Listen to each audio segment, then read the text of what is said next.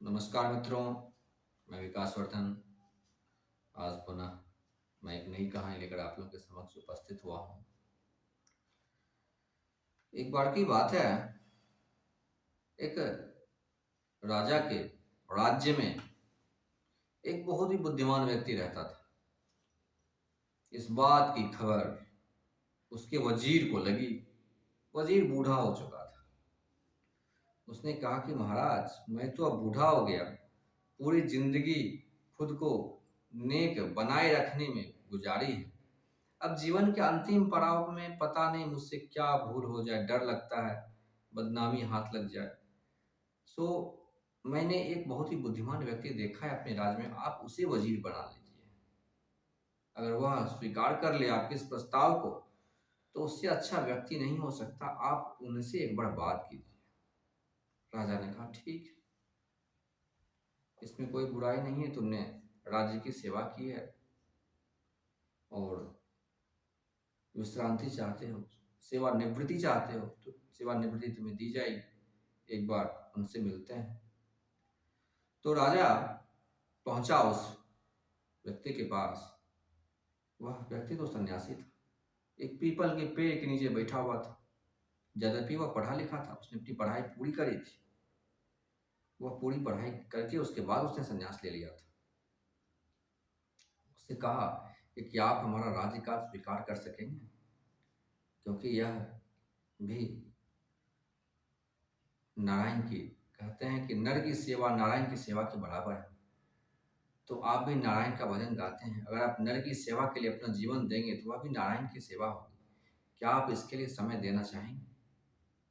उसने कहा ठीक है, मैं दे दूंगा, लेकिन मेरी एक शर्त है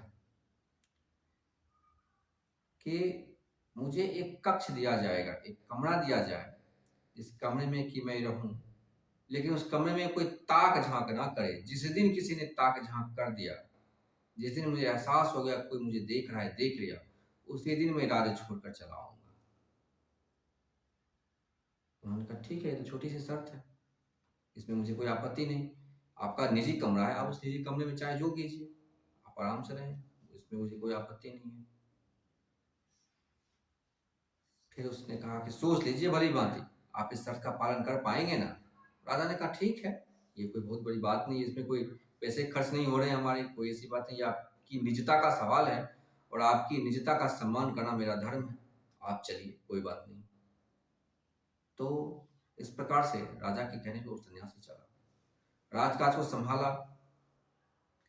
हर रोज शाम के समय, रात्रि को तो अलग सोता ही था, शाम के समय और सुबह के समय, सूर्योदय और सूर्यास्त के समय वह कमरा बंद कर लेता था।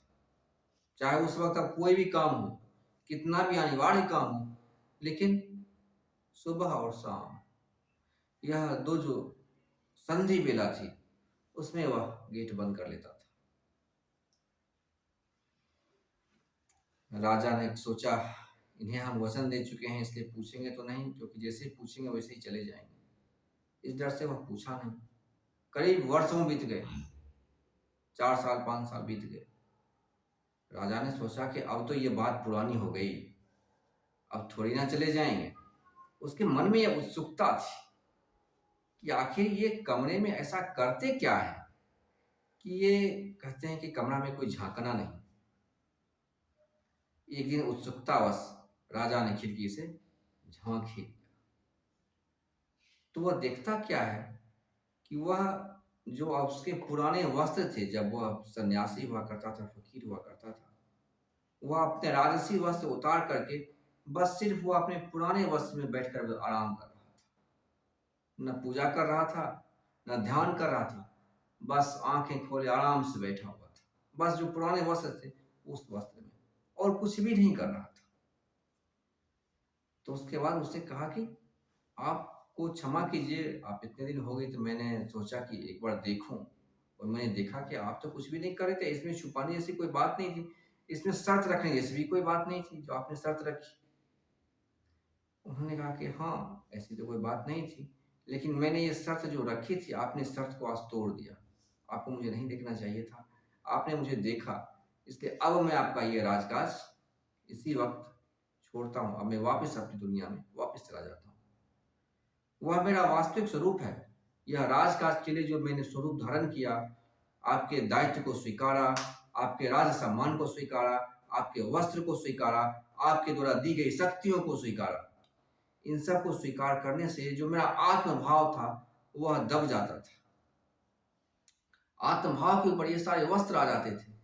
इसलिए हर रोज सुबह और शाम मैं अपने वास्तविक स्वरूप को याद करने के लिए अपने पुराने सन्यासी के वस्त्र में मैं बैठता था। उसी में मुझे सुकून मिलता था।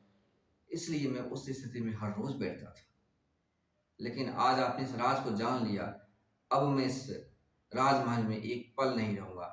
अब मुझे विदा कीजिए। ऐसा कहकर वह सन्यासी राजकाज छोड़कर वापस चला गया। उसी पेड़ के पीछे, पेड़ के नीचे वहीं बैठता था, वहीं लोगों की समस्या सुनता था, लोगों को समाधान देता था। आशा करता हूँ मित्रों, कहानी आप लोगों को पसंद आई होगी। कहानी पसंद आए तो चैनल को सब्सक्राइब करें, वीडियो को लाइक करें और लोगों के साथ शेयर करें। बहुत बहुत धन्यवाद।